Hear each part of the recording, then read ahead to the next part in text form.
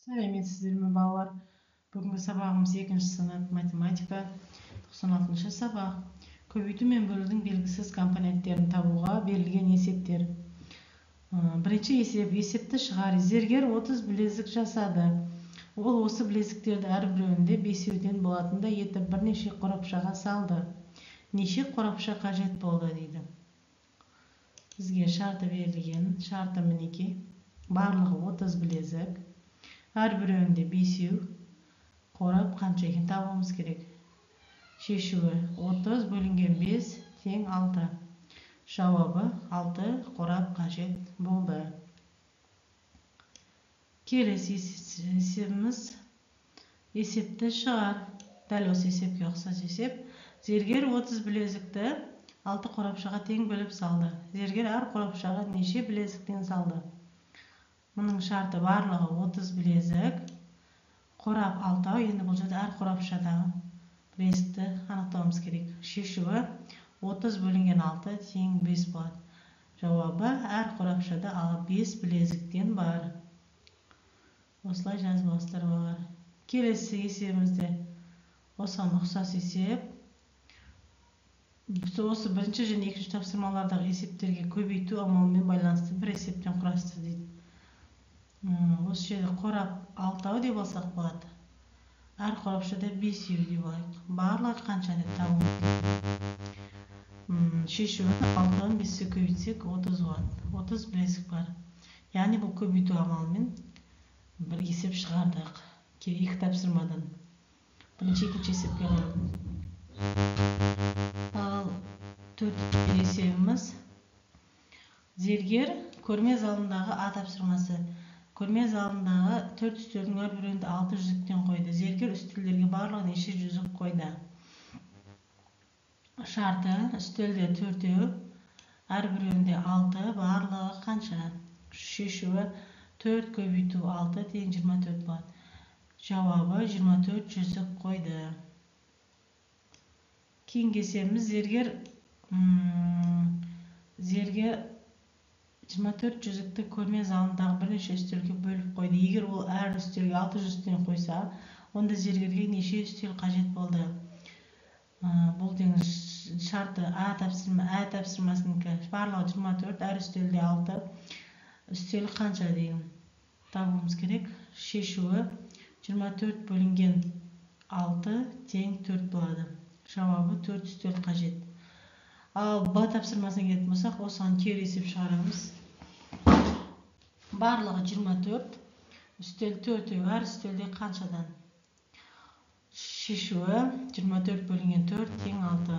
Жауабы әр үстелде 6 жүзіктен болды деп жазып аламыз балалар. Осылай ұқсас есептер шығарамыз. Келесі есебіміз бөлінгіш 24, бөлгіші 4, 6, 8 деп алып, бөліндірім мәнін табамыз. Яғни А тапсырмасында 24-ті 3-ке бөлеміз, 24-ті 4-ке бөлеміз, 24-ті 6-ға 8-ге бөліп жауаптарын жазамыз.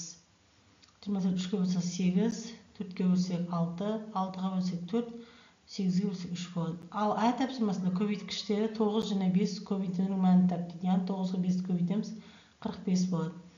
Ал келесі Б тапсырмасында бөлінгіш 28, бөліндінің мәні 7. Бөлгішті табу керек, бұны X деп аламыз. Теңдеу болады, яғни X тең 28 бөліміз 7, X жауабы тең 4 болады. 28 4-ке бөлсек 7 болады екен. Екі жақ теңдеу теңеседі. Келесі есебіміз тапсырманы орында дейді. 16-ға арттыр деп қойыпты, яғни 24 16 қосамыз, 37 16 қосамыз, 76 16 қосамыз. Мінеке балалар барлығын жауабын жазып қойдым. Барлығын 16-ға арттыр деген сөз, қосамыз деген сөз. Ал екіншісінде екі есе кеміт дейді, кесте бойынша. Яғни екі есе кеміт деген сөз, бұл бөлу деген мағына білдіреді. Ал кеміт деген болғанда, жай ғана кеміт дегенде азайту болады. Бұл жерде біз есе деген сөзді аламыз. Бұл көбейту және бөлу амалдарына қолданады. 16-ны 8-ге бөлсек 2, 24-ті 8-ге бөлсек 3, 32-ні 8-ге бөлсек 4, 40-ті 8-ге бөлсек 5 болады. Осылай жауабын жазып қоясыздар балалар. Келесі есебіміз тиісті амалдар таңбасымен белгісіз санды тап дейді. Мына жерге қандай амал қойсақ, мына жауабымыз 15 шығу керек. 17-ні 8-ге қоссақ 25 болады. Мен қосып алдым әуелі жақшаның ішінде.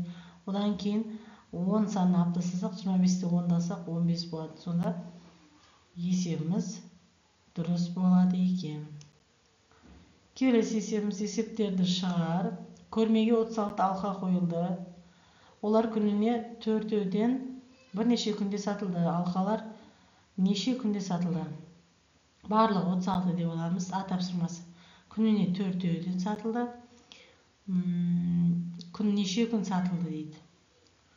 4-тен неше күн сатылды? Күні табуымыз керек. Күнді шешуі 36 бөлінген 4 тең 9 болады. Жауабы 9 күнде сатылды. Ал келесі А тапсырмасында көрмеге қойылған алқалар күніне 4-ден 9 күн сатылды дейді. Күніне 4 деп аламыз, және 9 күн. Енді барлығы қанша екенін табуымыз керек бұл жерде. Шешуі 4-ті 9-ға көбейтсек 36. Жауабы 36 алқа сатылды. Келесі есебіміз 9-шы есеп. 2 санын 4 рет қолданып 4-ті қалай шақыруға болады? 2-ні 2 көбейтсек, оны 2-ге бөлсек, қоссақ 2-ге тең 4 болады. Дәл осылай көбейту, бөлу, қосу амалын қолданып 4 рет қолданып 4 шығардық балалар. Осымен бүгінгі сабағымыз аяқталды балалар. Мен каналыма тіркеліп лайк басып кетіңіздер. Келесі сабақтарда кездескенше сау болыңыздар.